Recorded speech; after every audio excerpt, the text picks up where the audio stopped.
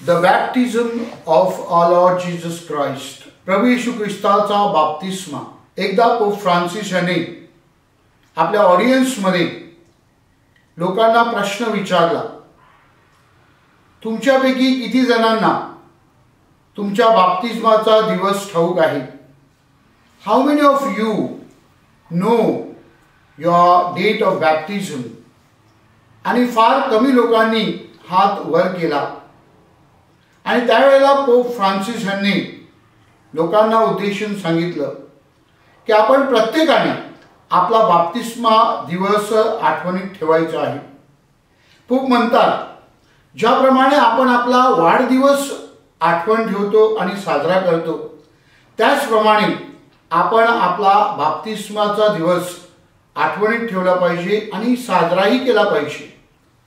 कारण जेव्हा आपण जन्म घेतो तो दिवस म्हणजे आपला बर्थडे, आणि ज्या दिवशी आपण ख्रिस्ती होतो, वी बिकम कॅथलिक्स, तो दिवस म्हणजे आपला बाप्तिस्माचा दिवस. आणि म्हणून आपण जेव्हा जन्म घेतो तो या भूतलावर, या पृथ्वीवर आपण येतो.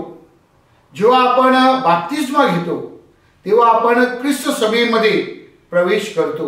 We become members of the church. आणि म्हणून आपण आपला जन्मदिवस आणि आपला बाप्तिस्माचा दिवस हा आठवणीत ठेवला पाहिजे आणि साजरा केला पाहिजे. आणि त्याच ऑडियन्समध्ये पोप फ्रान्सिस यांनी आठवण केली लोकांना की तुम्ही जाऊन तुमच्या बाप्तिस्माचा दिवस शोधून काढा आणि तो लक्षात ठेवा. आणि त्यांनी सांगितलं, हा माझा तुम्हाला आज होमवर्क आहे, तुम्ही हा गृहपाठ करून ठेवा. आणि मी लगेच पोप महाशयांचा हा आदेश जणू काही स्वीकारला आणि मी जाऊन शोधलं. माझा जन्म 23 मार्चला झालेला आहे आणि माझा बाप्तिस्मा 12 एप्रिलला झालेला आहे. तर अशा प्रकारे त्या दिवसापासून गेली अनेक वर्ष मला माझ्या बाप्तिस्माचा दिवस ठाऊक आहे आणि तो मी आठवणीत ठेवतो आणि त्या दिवशी विशेष परमेश्वराला धन्यवाद देतो. माझ्या प्रिय बंधू भगिनींनो, बाप्तिस्माचा रविवार आपण साजरा करीत आहोत. प्रभू येशू ख्रिस्ताने बाप्तिस्मा स्वीकारला. यार्देन नदीमध्ये योहानादरवी त्याने बाप्तिस्मा स्वीकारला. प्रभू येशू ख्रिस्ताने जेव्हा बाप्तिस्मासाठी यार्देन नदीमध्ये प्रवेश केला तेव्हा पोप बेनेडिक्ट 16 आपल्याला सांगतात की प्रभू येशू ख्रिस्त पाप्यांच्या रांगेमध्ये जाऊन तो त्यांच्याबरोबर एकरूप झाला. म्हणजेच प्रभू येशू ख्रिस्त हा पूर्णपणे मानव आहे हे दर्शविण्यासाठी त्यांनी त्या बाप्तिस्माच्या ठिकाणी प्रवेश केला. तसं पाहता प्रभू येशू ख्रिस्ताला बाप्तिस्माची गरज नव्हती, कारण योहान जो बाप्तिस्मा करत होता तो पाप्यांचा बाप्तिस्मा होता, पापाबद्दल पश्चातापाचा बाप्तिस्मा होता.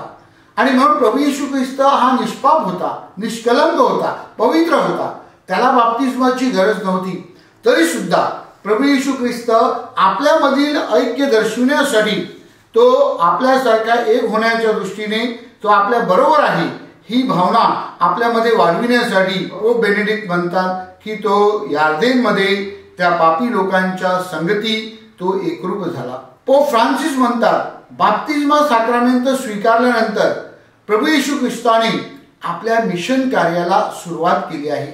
बाप्तिस्माद्वारे त्यांनी जणू काही आपल्या कार्याची घोषणा केली आणि परमेश्वराचं कार्य करण्यासाठी तो पुढे सरसावला.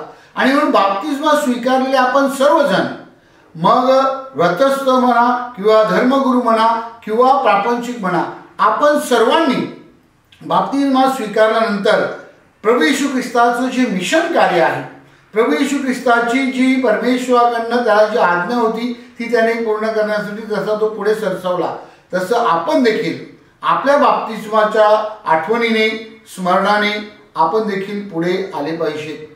बाप्तिस्माच्या वेळी पवित्र आत्मा हा प्रभू येशू ख्रिस्तावर अवतरला आणि त्यांनी घोषणा केली की प्रभू येशू ख्रिस्त परमेश्वराचा परमप्रिय असा पुत्र आहे.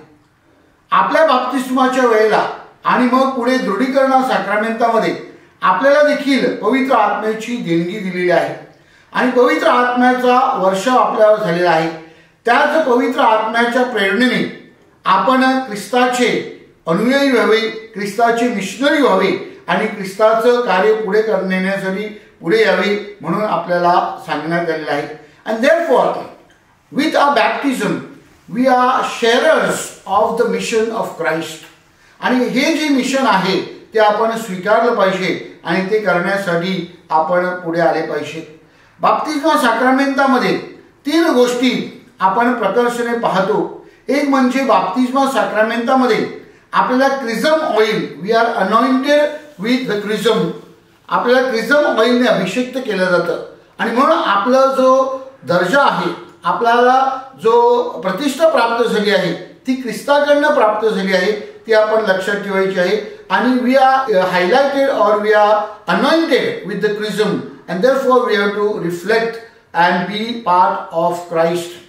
आपल्याला पवित्र करण्यात येतं आणि म्हणून त्याचं प्रतीक म्हणून शुभ्र वस्त्र आपल्याला दिले जातात.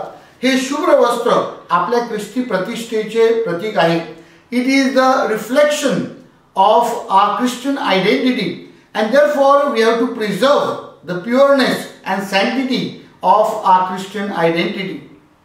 त्यानंतर आपल्याला ईस्टरच्या कॅन्डलमधून आपल्याला प्रकाश दिला जातो. The light from the Easter candle indicates the light from Christ. या ख्रिस्ताचा प्रकाश आपल्याला सर्वत्र पसरवायचा आहे. अंधकार जो आहे तो नाहीसा करायचा आहे आणि प्रकाशाचं राज्य प्रस्थापित करण्यासाठी आपल्याला प्रयत्न करायचे आहेत. आणि म्हणून ख्रिस्ताचं बाप्तिस्मा हा आपल्या बाप्तिस्माची आपल्याला आठवण करून देतो. ख्रिस्ताच्या बाप्तिस्माच्या वेळी परमेश्वराने जसे प्रभू येशू ख्रिस्ताविषयी उद्गार काढले, हा माझा परमप्रिय आहे, तसेच परमेश्वराने आपल्याविषयी उद्गार काढावेत, हे माझे परमप्रिय आहेत. आणि आपण सर्वजण परमेश्वराचे परमप्रिय पुत्र आणि लेकर कन्या बनावेत म्हणून विशेष प्रार्थना करूया. Let us commit ourselves through our baptismal calling to be the chosen persons of our Lord Jesus Christ.